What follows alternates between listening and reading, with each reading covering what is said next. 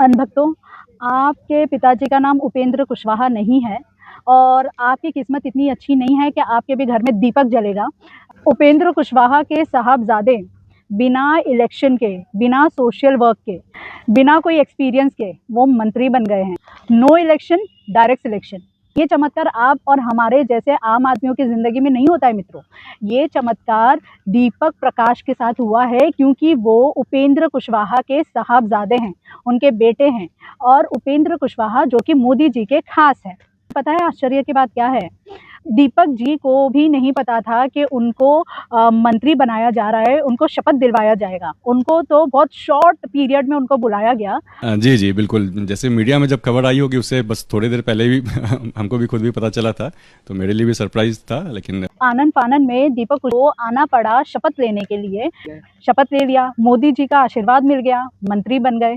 और अनभक्तों, आप लोग क्या कर रहे हो? अपना करियर छोड़कर पॉलिटिशियंस की बातों में आकर अपने ज़हन में हिंदू-मुसलमान का जो ज़हर भर रहे हो, उससे क्या मिलेगा आप लोगों को? उससे कुछ नहीं मिलेगा। आप और आपकी आने वाली पीढ़ी वो अनपढ़ रह जाएगी, उनको काम-धंधा नहीं मिलेगा। लेकिन ऐसे मंत्री आते जाएँगे, वो अपने बच्चों को मंत्री बनाते जाएँगे। इनके बच्चों का करियर एकदम सेट है। और आश्चर्य की बात ये है कि महाशय को खुद नहीं मालूम था कि ये मंत्री बनने वाले हैं और जब इनसे पूछा गया तो ये कह रहे हैं कि मेरे पिताजी से पूछिए कि इनको मंत्री क्यों बनाया गया।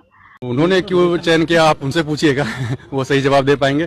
कैसे लोगों के हाथ में हमारा देश जा रहा है मित्रों, ये है हमारे देश का पॉलिटिक्स। आप सभी जानते होंगे कि हमारी मैथिली ठाकुर वो भी इलेक्शन जीत चुकी है। उनका भी कोई पॉलिटिकल बैकग्राउंड नहीं था, कोई एक्सपीरियंस नहीं था, लेकिन बीजेपी ने आशीर्वाद दे दिया मैथिली ठाकुर को। मैथिली ठाकुर जीत गई। मुझे बहुत सारे लोगों ने कमेंट किया कि मैथिली ठाकुर पर आप बोल रही हो, वो तो जीत गई, वो तो कामयाब हो गई। लेकिन मुझे एक ये बात बताओ कि क्या वो अपने दम पर जीती है?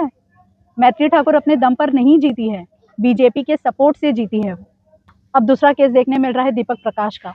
ये तो मंत्री बन गए। हमारे देश के हर एक सिटीजन को समझ जाना चाहिए कि जो हमारे देश के नेता लोग हैं, ये हिंदू मुसलमानों को आपस में लड़ाकर ये डाइवर्ट कर रहे हैं और ये अपने बच्चों को आगे बढ़ा रहे हैं। ये खुद मंत्री बन रहे हैं, संसद बन रहे हैं, अपनी बीवियों को विधायक बना रहे हैं, अपने बच्चों को मंत्री बना रहे हैं और देश के बच्चों का उनका क्या? ये उनको अनपढ़ रख रहे हैं। मोदी जी खुद कह रहे हैं कि आप लोग रील बना रहे हो, रील से कमा रहे हो, मतलब देश के युवाओं को रील में उलझा दो और अपने दोस्तों के बच्चों को मंत्री बना दो। ये क्या बात हुई?